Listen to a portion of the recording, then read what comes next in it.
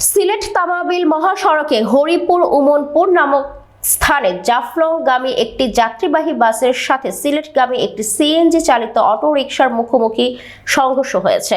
এতে সিএনজি চালিত অটোরিকশাটি দুমড়ে মুচড়ে যায়।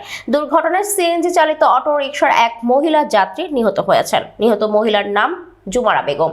তিনি কানাইঘাট উপজেলার বরবন এলাকার দুলাল আহমেদের স্ত্রী। এই সময় দুর্ঘটনায় নিহত মহিলার পুত্র মেহরাব সহ সিএনজি চালক নুরুল ইসলাম আহত হয়েছেন। তবে তাদের অবস্থা আশঙ্কামুক্ত বলে জানিয়েছেন হাইওয়ে পুলিশ।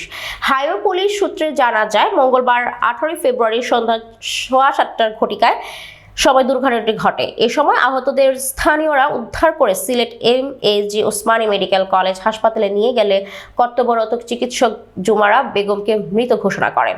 বিষয়টি নিশ্চিত করেছেন তামাবিল হাইওয়ে পুলিশের ইনচার্জ মোহাম্মদ হাবিবুর রহমান।